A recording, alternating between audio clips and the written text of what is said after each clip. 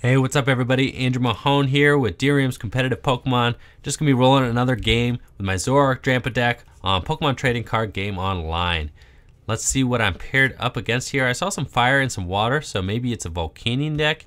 I get to go first, so either way, I'm excited.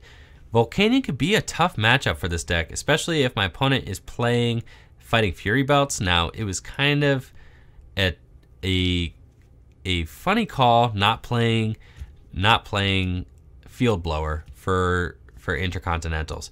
That was an interesting call that was, taken advantage of by some Volcanion players because they decided to play lots of Fighting Fury Belts, and that kind of messes up my whole strategy because I wasn't really planning on people playing Fighting Fury Belt. I was planning on people playing, Choice Band instead, and Zoroark has a much harder time knocking out Pokemon when they do use Fighting Fury Belt. So let's see what my opponent. My opponent's got an Eevee, so I don't think I'm playing against a Volcanion deck here. I actually have no idea. I thought I saw water and fire. I don't really want to put that Magma Secret base down just because it'll weaken all my Pokemon, so I'm just going to Sycamore. I do start my champion here. I got Turtonator GX out, so that's pretty cool. I draw into a hand that's a little funky, but that's fine. I'm just going to sit here, and then if my opponent decides to hit into Turtonator on the first turn of the game, then I will just retreat with the Float Stone. I'll put Choice Band onto my Drampa, Sycamore, and hope to hit a double colorless energy for a turn 2 Berserk. That would be sweet. Let's see what my opponent's got going on over here. MacMay 91. Multiple EVs down. We see a Tapu Lele. Gonna Wonder Tag. Let's see what my opponent has here. The fire now I'm thinking is probably a Flareon. The water is probably a Vaporeon. And this is probably an Espeon deck with Flareon and Vaporeon, if I had to guess. Yes, this is probably Espeon Garbodor with both Flareon and Vaporeon teched in. Now my opponent makes the questionable call of filling up their bench completely, so I'm pretty much in a very decent spot here to get started. I'm going to go ahead and bench Oricorio just because Oricorio is a total boss against this deck. Revelation Dance against Espeons does like 120 damage if I have a Choice Band attached, so I don't mind that at all. Let's go ahead and attach the Float Stone to my Turtonator, or I could Ultra Ball. I think I'll Ultra Ball away the Bridget and the Zoroark. Let's go ahead and grab Zoroark. We'll put the Float Stone on my Zoroarks. That way I can kind of just go into whatever attacker I want. Let's see how many items I've played. I've only played one, getting ready to attach two Choice Bands, so not too many. Gotta watch out for that playing against Garbodor. I'll put Choice Band there, and I'll put a Choice Band on my Turtle, and then I'm gonna Sycamore. Yep, really not liking that hand there. Gonna wish I had another Zorua down. Opponent's kind of making me work for what I got going on here. Let's see. I could just stand in and knock this thing out with Zoroark, and I'm thinking that might be the play. Since I only have one item in the discard, they don't actually have a good option for knocking me out. So I think that's just going to be the best course of action here. Then I'm threatening if my opponent does hit into Zoroark without knocking it out. Drampa GX is threatening back there, and my opponent, hopefully my opponent doesn't know how dead my hand is, and we could just go from there. I don't really want to bench Oranguru. That's just a lot of Pokemon down, or the Drampa, a lot of Pokemon down that are not named Zorua, so that doesn't really make me a whole lot comfortable. But we're going to kind of just go from here and see. Maybe my opponent will see that I have such a big hand over here, not know how useless my hand is, and then decide to end me. So that's another kind of strategy over here, is that we can bluff with the big 7-card hand, and my opponent's like, well, do I want to end that 7-card hand away? Of course I do. Well, that didn't work. My opponent just ripped the Sycamore, so let's see what happens.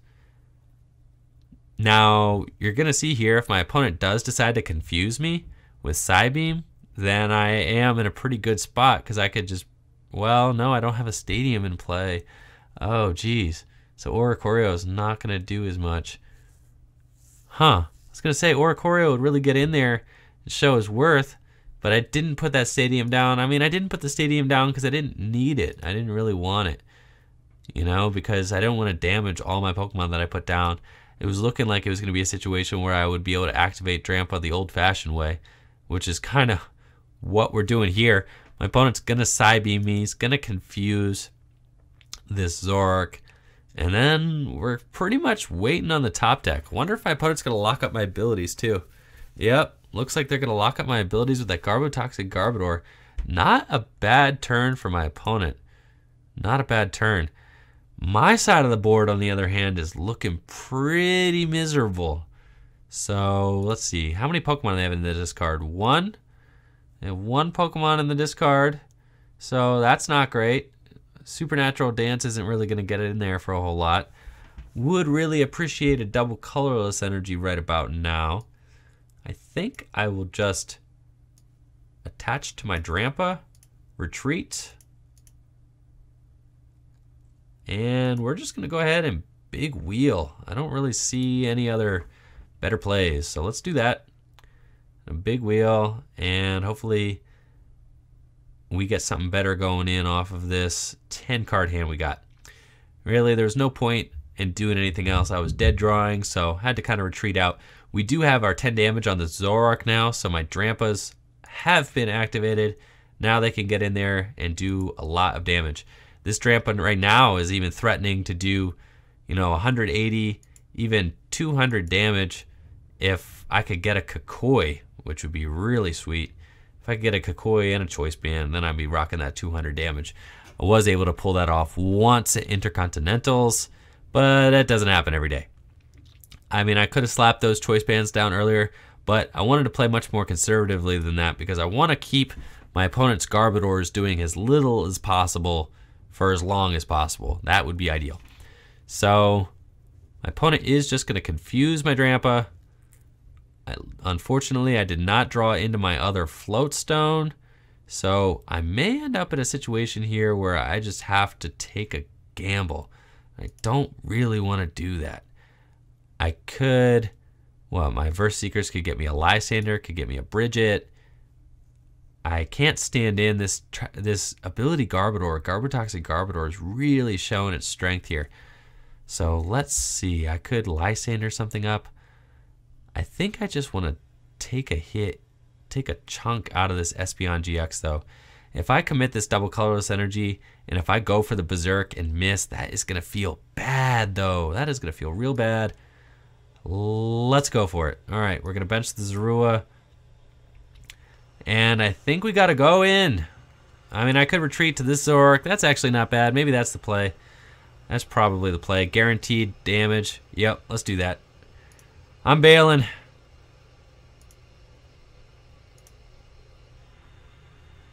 just gonna retreat into this Zoroark. I still have damage on the board for my Berserk, my own Berserk attack. This way, I'm just gonna do Mind Jack for a heck of a lot of damage, and that way I'm guaranteed an attack, and I don't lose the game if I just flip tails on that Berserk. So that's definitely the better play. Glad I kind of saw that there. Now we're gonna move on. My opponent can do some sort of sneaky divide GX play. You know, they could divide this Zorua for knockout, but that doesn't really help them much. I mean, at this point, my board is solid enough that if they divide, they're only going to get one prize. So what's the point of wasting a GX attack on just one prize? I mean, you could kind of soften something else up, which could be useful, but they're really not going to get the full effect of divide GX. Now, Espeon is kind of bad against Zoroark, as you can see. This matchup is a very good matchup for Zoroark Drampa. Things can get weird. Now, things do definitely get weird. As you can see, this matchup is, my hands are drawing kind of odd, but I'm able to kind of just go in there with Zoroark. My opponent filled up their bench, and Espeon, now they do have Garbotoxic Garbodor out, but Espeon is not really all that good against my Zoroarks. I mean, really just poking me for 20 over and over again. It's more annoying than anything, but they're not really getting a lot of work in. Now, I do have my Zoroark break. That should heal me of confusion. So here we go. I now can attach my Dark Energy. I could copy their attack. I could divide GX them, which would be pretty cool because I'd knock out this Espeon on the bench. I can't divide GX. I've already used Drampa's big wheel, so forgot about that. Let's see. I can just Mind Jack this thing, though, for a whole heck of a lot of damage. I don't really mind doing that. Really no point in using Psychic. That only does 90, so let's attach this Darkness Energy somewhere else. Going to attach it to my benched Zorua, and let's end this hand away. So now my opponent's in a bad spot. They're in a real bad spot because I'm putting critical damage on the board. I've still only used one item. You know, my board position is looking pretty sweet, and so far their confusion has done absolutely nothing to me.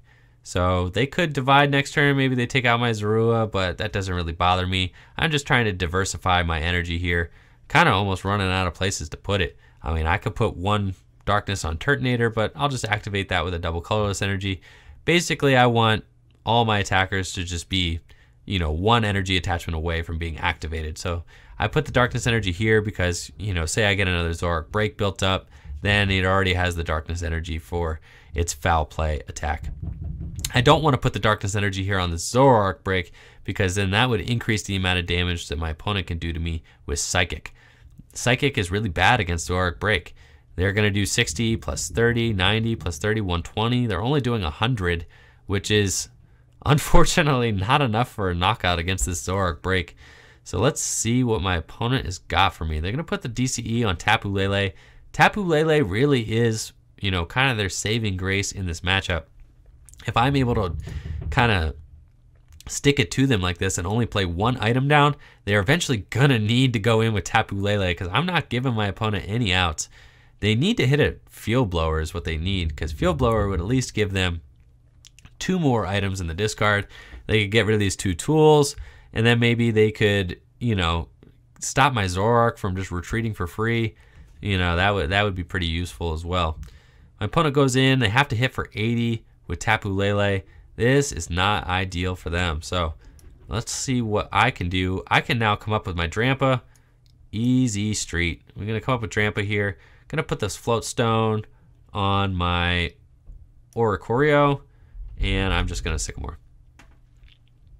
At this point, you know, I'm in the driver's seat. There's really, my opponent's going to take a big loss here with this Tapu Lele just going down to a Berserk attack for 180. That hurts. I mean, now I only have 3 prizes left to go, and you guys can see how really tough this matchup is for my opponent. I have 2 items in the discard, which is astounding. Tell you what, every game does not go this way, but I only have 2 items in the discard. The Garbotoxin hasn't really messed me up too much. My opponent has 2 critically damaged Espeons that really amounted to almost nothing in this matchup. And I played against this matchup numerous times at Intercontinental, so this matchup is just it's pretty good. And this is, you know, probably one of the main reasons to have played Zoroark at the Intercontinental Championships, just because this matchup is not that bad. Now, there are a couple things my opponent can do to make this matchup a little better. I mean, they can limit their bench more than they had been. They really served that one up to me, and they're just continuing to serve it up to me here with just a loaded bench. You're going to want to limit your bench versus Zoroark. Try to keep it to like 3, 4 maximum. You know, that's going to keep... Oh, it looks like my opponent's going to dive in for the Tapu Cure. Not a bad play, but they are just going to bite it again with this Berserk attack for the Tapu Lele they came out. So maybe they're hoping to sweep with some, you know, with their Espeons, but I don't really see a whole lot of options for them here. Yeah, they're going to scoop it up. There's really nothing for them to do. I was checking to see if I could get my other Zoroark Break into play just to really, you know, solidify the board position. But as you can see, that matchup, not too great. So thank you guys for tuning in. Make sure to like, comment, subscribe. Let me know what kind of stuff you guys want to see on this channel. Thanks again for watching. Take it easy.